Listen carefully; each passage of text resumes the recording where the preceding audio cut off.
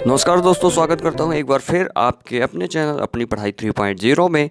आज का जो हमारा टॉपिक है वो है पेडागोजी। तो दोस्तों वीडियो के लास्ट तक जरूर बने रहिएगा। चैनल को सब्सक्राइब ना किया हो तो सब्सक्राइब कर लीजिए ताकि वीडियो के नोटिफिकेशन आपको जल्द से जल्द मिले। तो आइए शुरू करते हैं। पहला क्वेश्चन आपकी स्क्रीन के सामने है। भारतीय संविधान के किस अनुच्छेद में 6 से 14 आयु वर्ग के बच्चों के लिए निःशुल्क व अनिवार्य शिक्षा का अधिकार शामिल किया गया है? ऑप्शन ए है अनुच्छेद 26,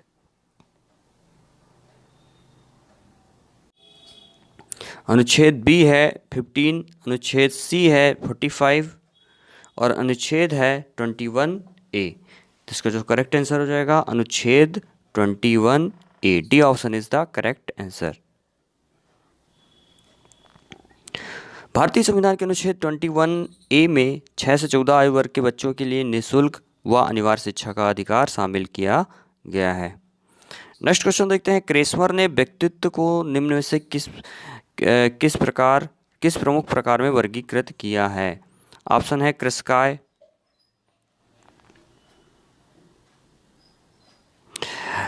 सुडौलकाय, सी है गोलकाय और डी ऑप्शन है उपरोक्त सभी। तो इसका जो सही आंसर हो जाएगा दोस्तों सेकंड का हो जाएगा। D option is the correct answer, उपरोक्त सभी। क्रेस्मर ने शरीर रचना की दृष्टि से व्यक्ति को 3 भागों में बांटा है। लंबकाय, सुडौलकाय और गोलकाय। टीएटी का उद्देश्य निम्न में से किसका मापन है? टीएटी का उद्देश्य निम्न में से किसका मापन है? ऑप्शन है बौद्धिक क्षमता, बी ऑप्शन है अभिक्षमता, सी ऑप्शन है अभिवृद्धि, डी ऑप्शन है मूल्य। दोस्तों तो इसका जो करेक्ट आंसर होगा, थर्ड का जो करेक्ट आंसर होगा वो होगा B option is the correct answer, अभिक्षमता। टीएटी का जो उद्देश्य है वो किसका मापन है? अभिक्षमता। टीएटी का उद्देश्य अभिक्षमता का मापन करना होता है। टीएटी का निर्माण सिंह एवं शर्मा ने किया था। संघनन का सिद्धांत किसकी व्याख्या करता है? ऑप्शन है अधिगम, बी ऑप्शन है स्मृति, सी ऑप्शन है अभिप्रेरणा, डी ऑप्शन है सृजनात्मकता। तो संघनन का जो सिद्धांत है वो आपके स्मृति की व्याख्या करता है। B option is the correct answer. संघनन का सिद्धांत स्मृति से संबंधित है। यह मस्तिष्क में सूचनाओं के संचयन से संबंधित है। नेक्स्ट क्वेश्चन है। निम्न में से कौन सी शिक्षा मनोविज्ञान की सर्वाधिक व्यक्तिनिष्ठ विधि है? अंतर्दर्शन, बहिर्दर्शन, अवलोकन, प्रयोगीकरण। तो दोस्तों इसका जो करेक्ट आंसर हो जाएगा फिफ्थ का करेक्ट आंसर होगा A option is the correct answer, अंतर्दर्शन। शिक्षा मनोविज्ञान की सर्वाधिक व्यक्तिनिष्ठ विधि अंतर्दर्शन विधि है। इसमें विद्यार्थी या व्यक्ति के जीवन का इतिहास जानकर निष्कर्ष निकालते हैं। अल्बर्ट बंटूरा निम्न में से किससे संबंधित है? सामाजिक अधिगम सिद्धांत,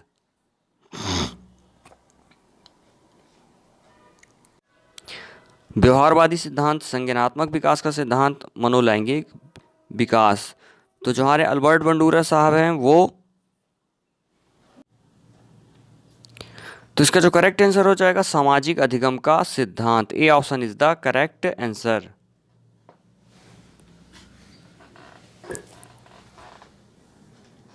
नेक्स्ट क्वेश्चन दोस्तों देखते हैं। अधिगम वक्र में पठार बनता है। अधिगम वक्र में पठार कैसा बनता है? परिपक्वता के कारण, अभिप्रेरणा के कारण, थकान के कारण, अभिरुचि के कारण। तो दोस्तों इसका जो सही आंसर हो जाएगा C option is the correct answer, थकान के कारण। सीखने की गति हमेशा एक तरह से नहीं रहती। सीखने की गति में कभी तीव्रता तो कभी मंदता आती है। इसका मुख्य कारण है थकान। थकान के कारण जब अधिगम में अवरोध उत्पन्न होता है तो अधिगम रेखा चित्र में प्रदर्शित करने पर पठार जैसी अवस्था बनती है। नेक्स्ट क्वेश्चन है। दर्पण चित्र परीक्षण किसको मापने हेतु प्रयुक्त होता है? दर्पण चित्र परीक्षण निम्नलिखित में से किसको मापने हेतु प्रयुक्त होता है? अधिगम की गति, अधिगम अंतरण, सृजनात्मकता, अभिरुचि। तो इसका करेक्ट आंसर हो जाएगा दोस्तों B option is the correct answer, अधिगम अंतरण। B is the correct answer. Cloud picture test निम्न से किसके मापन में प्रयुक्त होता है? क्लाउड पिक्चर टेस्ट निम्न से किसके मापन में प्रयुक्त होता है? बुद्धि, व्यक्तित्व, अभिक्षमता, अभिरुचि। तो इसका जो सही आंसर है B option is the correct answer. Cloud picture test व्यक्तित्व के मापन में प्रयुक्त होता है। नेक्स्ट क्वेश्चन है, निम्न में से कौन सा शेष से भिन्न है? TAT, 16PF, रेवेन का परीक्षण, ड्रा ए मैन का परीक्षण। तो इसका जो सही आंसर हो जाएगा C option is the correct answer, Raven का परीक्षण। दोस्तों TAT जो टेस्ट होता है वो 16PF तथा ड्रा ए मैन परीक्षण व्यक्तित्व परीक्षण है, जबकि रेवेन का परीक्षण अशाब्दिक परीक्षण है। नेक्स्ट क्वेश्चन है, 7, 8, 9, 10, 11, 12 की मध्यिका क्या है?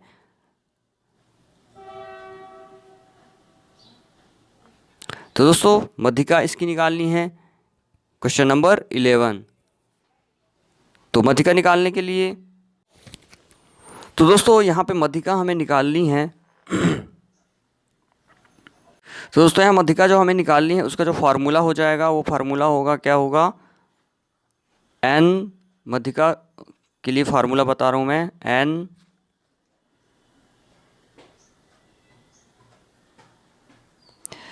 n by 2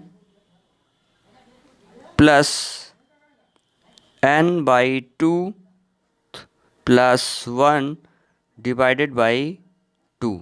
तो दोस्तों यहाँ पे n कितने टोटल टर्म है, 1 2 3 4 5 6, टोटल 6 टर्म है। तो यहाँ पे n की वैल्यू 6 हो जाएगी डिवाइडेड बाई 2, ठीक है। तो इसकी वैल्यू कितनी हो गई आपकी, 3 हो गई, यानी कि थर्ड टर्म हम निकालेंगे। और इसके बाद इसमें +1 कर देंगे तो ये सेकंड वाला आ जाएगा आपका ये, ठीक है। तो यानी कि क्या आ जाएगा, थर्ड के बाद क्या आ जाएगा, फोर्थ टर्म, ठीक है। दोनों को प्लस करके हम 2 से डिवाइड कर देंगे। तो थर्ड टर्म कितना है आपका,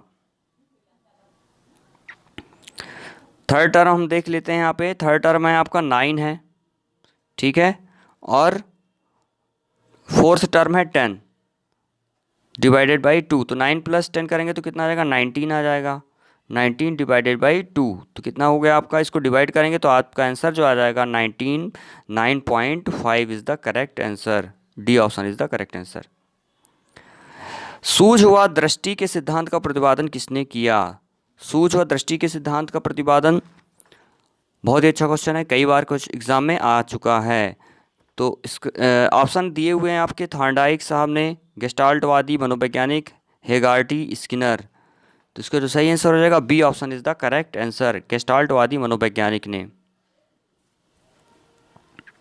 नेक्स्ट क्वेश्चन दोस्तों देखते हैं, मैकडूगल के अनुसार प्रत्येक मूल प्रवृत्ति से संबंध होता है। मैकडूगल के प्रत्येक मूल प्रवृत्ति से क्या संबंध होता है? तो इसका जो सही आंसर होगा, इसमें जो पहले ऑप्शन देख लेते हैं, यहाँ पे संज्ञान, संवेग, संवेदना, चिंतन। तो इसका जो सही आंसर होगा दोस्तों, मैकडूगल के अनुसार मूल प्रवृत्ति से किसका संबंध होता है, संवेग का। B option is the correct answer. McDougall के अनुसार संवेग प्रत्येक मूल प्रवृत्ति से संबंध होता है। 14 मूल प्रवृत्तियों के 14 ही संवेग होते हैं, जैसे भय, क्रोध, घृणा, वात्सल्य, करुणा, कामुकता इत्यादि। पूर्ण अनुभव के आधार पर संवेदना को अर्थ प्रदान करना कहलाता है। संवेदना, प्रत्यक्ष ज्ञान, अभिप्रेरणा, कल्पना। तो पूर्व अनुभव के आधार पर संवेदना को अर्थ प्रदान करना, तो इसका जो सही आंसर हो जाएगा B option is the correct answer, प्रत्यक्ष ज्ञान। पूर्व अनुभव के आधार पर संवेदना को अर्थ प्रदान करना प्रत्यक्ष ज्ञान कहलाता है। नेक्स्ट क्वेश्चन दोस्तों देखते हैं, 5 वर्ष के मोहन की मानसिक आयु 8 वर्ष है, उसकी बुद्धि लब्धि कितनी होगी? ऑप्शन है 150, 160, 140, 135। तो 5 वर्ष के मोहन की मानसिक आयु 8 वर्ष है। तो इसमें जो आपका फार्मूला यूज़ होगा, तो दोस्तों इसका जो फार्मूला होगा, यहाँ पे फार्मूला हो जाएगा आपका मानसिक आयु, मेंटल एज डिवाइडेड बाई वास्तविक आयु, रियल एज मान लीजिए, ठीक है, इंटू 100। तो यहाँ पे मेंटल मानसिक आयु जो है आपकी कितनी है, यहाँ पे 8 वर्ष है, ठीक है। और रियल एज है 5 × 100 कर दीजिए, तो ये 5 2 ज़ा 10 और 8 का 20 से मल्टीप्लाई कर देंगे तो 160 आंसर आ जाएगा, यानी कि B option is the correct answer. Next question देखते हैं यहाँ पे, कौन सा बुद्धि लब्धि स्तर मंद बुद्धि वाले बच्चों का प्रशिक्षण योग बुद्धि लब्धि स्तर कहलाता है? कौन सा बुद्धि लब्धि स्तर? 16 का सी जो है यहाँ पे पहले ऑप्शन देख लेते हैं। ऑप्शन है 70 to 79, ठीक है। दूसरा ऑप्शन है 50 to 69। थर्ड ऑप्शन है 36 to 49 और डी ऑप्शन है 35 to निम्न। तो दोस्तों इसमें जो करेक्ट आंसर होगा C option is the correct answer. C option is the correct answer. 36 to 49 जो होगा बुद्धि लब्धि स्तर मंद बुद्धि वाले बच्चों का प्रशिक्षण योग बुद्धि लब्धि स्तर कहलाता है। देखिए यहाँ पे पूरा डिटेल अपन देख लेते हैं। टर्मन ने 1916 में स्टैनफोर्ड ने परीक्षण के साथ बुद्धि लब्धि के वितरण की तालिका तैयार की थी। बुद्धि लब्धि की सीमाएं 130 से अधिक जो होगी वो प्रतिभाशाली, 121 से 130 प्रखर बुद्धि, 111 से 120 तक तीव्र बुद्धि और 91 से 110 सामान्य बुद्धि, 81 से 90 मंद बुद्धि और 71 से 80 अल्प बुद्धि और 71 से कम जड़ बुद्धि। इस प्रकार 81 से 90 बुद्धि लब्धि वाले बच्चे मंद बुद्धि के होते हैं। नेक्स्ट क्वेश्चन दोस्तों देखते हैं, रोसार्क इंक ब्लॉट टेस्ट का प्रयोग निम्न से किसके मापन हेतु किया जाता है? तो ऑप्शन दिए हुए हैं व्यक्तित्व मापन, बुद्धि मापन, अभिरुचि मापन, अभिक्षमता मापन। तो इसका जो सही आंसर है ए option is the correct answer, व्यक्तित्व मापन। रोसा इंक ब्लॉट टेस्ट का प्रयोग व्यक्तित्व मापन हेतु किया जाता है। यह एक प्रक्षेपीय विधि है। इसका निर्माण हर्मन रोसा ने 20वीं शताब्दी के प्रारंभिक वर्षों में किया था। निम्न में से कौन सा विस्मृति का कारण नहीं है? निम्न में से कौन सा विस्मृति का कारण नहीं है? सीखने में कमी, स्मरण करने की इच्छा, मानसिक द्वंद्व, सीखने की दोषपूर्ण विधियां। तो विस्मृति का जो कारण ना होगा इसमें देखिए सीखने में कमी विस्मृति का कारण नहीं हो सकता, कारण होगा सीखने में कमी करेंगे तो विस्मृति होगी। स्मरण करने की इच्छा, देखिए सी ऑप्शन मानसिक द्वंद्व होगा तो विस्मृति हो जाएगी। सीखने की दोषपूर्ण विधियां होगी तो मानसिक विस्मृति हो जाएगी। स्मरण करने की जो इच्छा है वो विस्मृति का कारण नहीं है, ठीक है ना। B option is the correct answer. Next question दोस्तों देखते हैं, क्वेश्चन नंबर 19 की बात करें यहाँ पे, तो वह विज्ञान जो संख्यात्मक प्रदत्त को एकत्र करने, को विभाजित करने, प्रस्तुत करने, तुलना करने और व्याख्या करने की विधि से संबंधित है कहलाता है? सांख्यिकी, गणित, ज्यामिति, संभाव्यता। तो इसका जो सही आंसर हो जाएगा दोस्तों ए option is the correct answer, सांख्यिकी। पिछड़े बच्चों के लिए शैक्षिक लब्धि की अवधारणा किसने दी? गार्डन, सोनेल, बर्टन हॉल, सिरिल बर्ट। तो इसका जो करेक्ट आंसर हो जाएगा D option is the correct answer, Cyril Burt. पिछड़े बच्चों के लिए शैक्षिक लब्धि की अवधारणा सिरिल बर्ट ने दी। नेक्स्ट क्वेश्चन दोस्तों देखते हैं, निम्न में से कौन सा एक उत्तम परीक्षण की विशेषताओं से भिन्न है? विश्वसनीयता, वैधता, वस्तुनिष्ठता, अभिक्षमता। तो इसका जो करेक्ट आंसर होगा D option is the correct answer, अभिक्षमता। एक उत्तम परीक्षण की निम्नलिखित विशेषताएं होती हैं: वैधता, विश्वसनीयता, वस्तुनिष्ठता, विभेदकता, प्रमाणीकरण, व्यापकता, विशिष्टता, व्यवहारिकता आदि। अतः अभिक्षमता परीक्षण की विशेषता में नहीं आता। नेक्स्ट क्वेश्चन दोस्तों देखते हैं, निम्न में से कौन सा बुद्धि का सिद्धांत नहीं है? एक तत्व का सिद्धांत, द्वितत्व का सिद्धांत, प्रत्यागमन का सिद्धांत, बहुतत्व का सिद्धांत। तो इसका जो करेक्ट आंसर हो जाएगा C option is the correct answer, प्रत्यागमन का सिद्धांत। ये बुद्धि का सिद्धांत नहीं है। निम्न में से कौन सी एक अंतःस्रावी ग्रंथि नहीं है? ऑप्शन है एड्रिनल ग्रंथि, पीयूष ग्रंथि, लार ग्रंथि, थायराइड ग्रंथि। तो इसका जो सही आंसर हो जाएगा दोस्तों कौन सी ग्रंथि अंतःस्रावी ग्रंथि नहीं है? तो इसका जो सही आंसर रहेगा C option is the correct answer, लार ग्रंथि। लार ग्रंथि कोई अंतःस्रावी ग्रंथि नहीं होती। प्रमुख जो अंतःस्रावी ग्रंथियां होती हैं वो होती है पीयूष ग्रंथि, एड्रिनल ग्रंथि, थायराइड ग्रंथि, पैराथायराइड ग्रंथि आदि। नेक्स्ट क्वेश्चन दोस्तों देखते हैं। पियाजे के अनुसार संज्ञानात्मक विकास की द्वितीय अवस्था कौन सी है? ऑप्शन है ज्ञानेंद्रिय अवस्था, औपचारिक संक्रियात्मक अवस्था, पूर्व संक्रियात्मक अवस्था, मूर्त संक्रियात्मक अवस्था। तो इसका जो सही आंसर हो जाएगा पूर्व संक्रियात्मक अवस्था जो होती है वो संज्ञानात्मक विकास की द्वितीय अवस्था होती है पियाजे के अनुसार। पहली अवस्था क्या होती है? संवेदी गामक अवस्था होती है।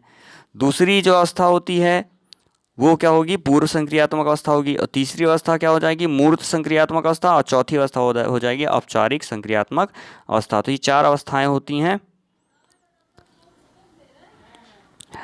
नेक्स्ट क्वेश्चन देखते हैं। निम्न में शारीरिक विकास को प्रभावित करने वाला कारक कौन सा है? वंशानुक्रम, वातावरण, खेल तथा व्यायाम, उपरोक्त सभी।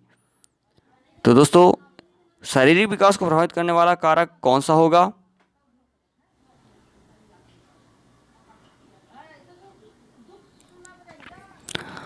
तो इसका जो सही आंसर रहेगा D option is the correct answer, उपरोक्त सभी।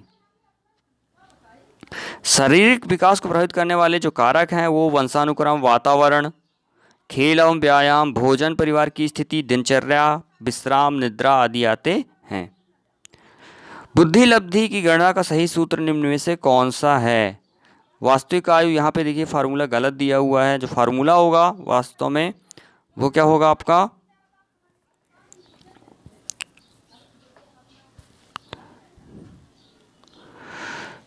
मानसिक आयु यानी कि मेंटल एज डिवाइडेड बाई वास्तविक आयु यानी कि रियल एज मल्टीप्लाई 100, ये आपका क्या हो जाएगा? फार्मूला हो जाएगा।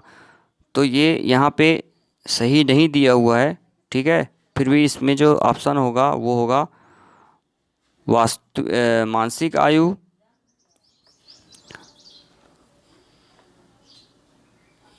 इसमें सी ऑप्शन जो है सही मान सकते हैं अपन।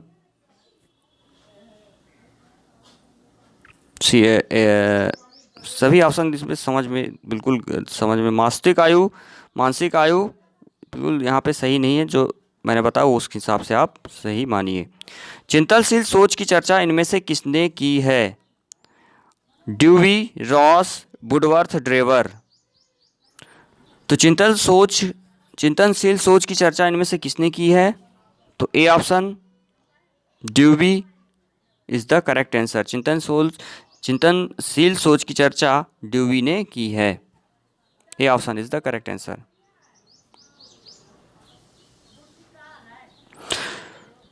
नेक्स्ट क्वेश्चन है, आगमनात्मक तर्क के स्तरों में कौन सी शामिल नहीं है? आगमनात्मक तर्क के स्तरों में कौन सी शामिल नहीं है? ऑप्शन है अवलोकन, प्रयोग, सामान्यीकरण, कल्पना। तो इसका जो सही आंसर है D option is the correct answer, Kalpana.